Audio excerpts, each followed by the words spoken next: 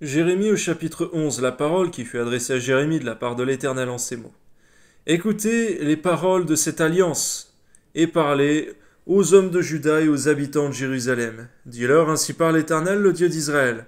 Maudit soit l'homme qui n'écoute point les paroles de cette alliance que j'ai prescrite à vos pères, le jour où je les ai fait sortir du pays d'Égypte, de la fournaise de fer, en disant, écoutez ma voix et faites tout ce que je vous ordonnerai. Alors vous serez mon peuple, je serai votre Dieu, et j'accomplirai le serment que j'ai fait à vos pères. On voit, Seigneur, que l'alliance ne se fait pas seulement en parole, Seigneur mon Dieu, mais en obéissance, Seigneur mon Dieu. À toutes tes voix, c'est là, Seigneur mon Dieu, que l'alliance se fait, Seigneur mon Dieu, également. Amen. De leur donner un pays où coule le lait et le miel, comme vous le voyez aujourd'hui. Et je répondis, Amen, Éternel. L'Éternel me dit, publie toutes ces paroles dans les villes de Juda et dans les rues de Jérusalem en disant, écoutez les paroles de cette alliance et mettez-les en pratique, car j'ai averti vos pères depuis le jour où je les ai fait monter du pays d'Égypte jusqu'à ce jour. Je les ai avertis tous les matins en disant, écoutez ma voix. Mais ils n'ont pas écouté, ils n'ont pas prêté l'oreille. Ils ont suivi chacun les penchants de leur mauvais cœur. Alors j'ai accompli sur eux toutes les paroles de cette alliance, que je leur avais ordonné d'observer et qui n'ont point observé. L'Éternel me dit, il y a une conjuration entre les hommes de Juda et les habitants de Jérusalem. Ils sont retournés aux iniquités de leurs premiers pères, qui ont refusé d'écouter mes paroles. Ils sont allés après d'autres dieux pour les servir. La maison d'Israël et la maison de Juda ont violé mon alliance que j'avais faite avec leurs pères. C'est pourquoi ainsi parle l'Éternel, voici. Je fais revenir sur eux des malheurs dont ils ne pourront se délivrer. Ils crieront vers moi, et je ne les écouterai pas. Les villes de Juda et les habitants de Jérusalem iront invoquer les dieux auxquels ils offrent de l'encens, mais ils ne les sauveront pas au temps de leur malheur. Car tu as autant de dieux que de villes, ô Juda, et autant Jérusalem a de rues, autant vous avez dressé d'autels aux idoles, d'autels pour offrir de l'encens à Baal. Et toi, n'intercède pas en faveur de ce peuple, n'élève pour eux ni supplication, ni prière, car je ne les écouterai pas, car ils m'invoqueront à cause de leur malheur.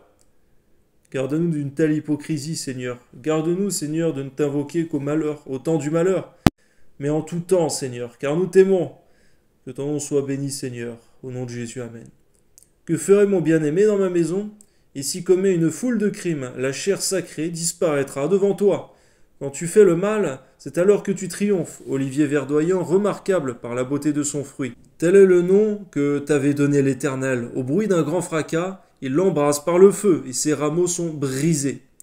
L'Éternel des armées qui t'a planté appelle sur toi le malheur à cause de la méchanceté de la maison d'Israël et de la maison de Juda. Ils ont agi pour m'irriter en offrant de l'encens à Baal. L'Éternel m'en a informé, je l'ai su. Alors tu m'as fait voir leur œuvre.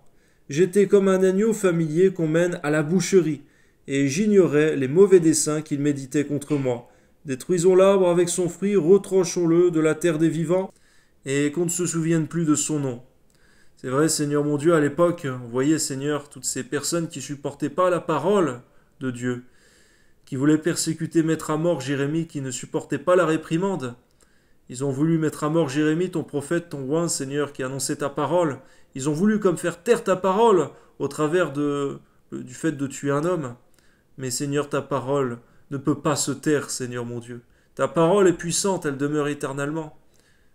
Ils ont voulu aussi détruire les fruits que portait Jérémie. Mais par ta grâce, tu es celui qui délivre, Seigneur. Tu délivres et tu protèges et tu renouvelles tes serviteurs, afin qu'ils continuent leur œuvre. Amen. Mais l'Éternel des armées est un juste juge qui sonde les reins et les cœurs. Je verrai ta vengeance s'exercer contre eux, car c'est à toi que je confie ma cause. C'est pourquoi ainsi parle l'Éternel contre les gens d'Anatoth, qui en veulent à ta vie et qui disent « Ne prophétise pas au nom de l'Éternel, ou tu mourras de notre main. » C'est pourquoi ainsi parle l'Éternel des armées, voici, je vais les châtier. Les jeunes hommes mourront par l'épée, leurs fils et leurs filles mourront par la famine. Aucun d'eux n'échappera. Car je ferai venir le malheur sur les gens d'Anatoth l'année où je les châtierai. Amen.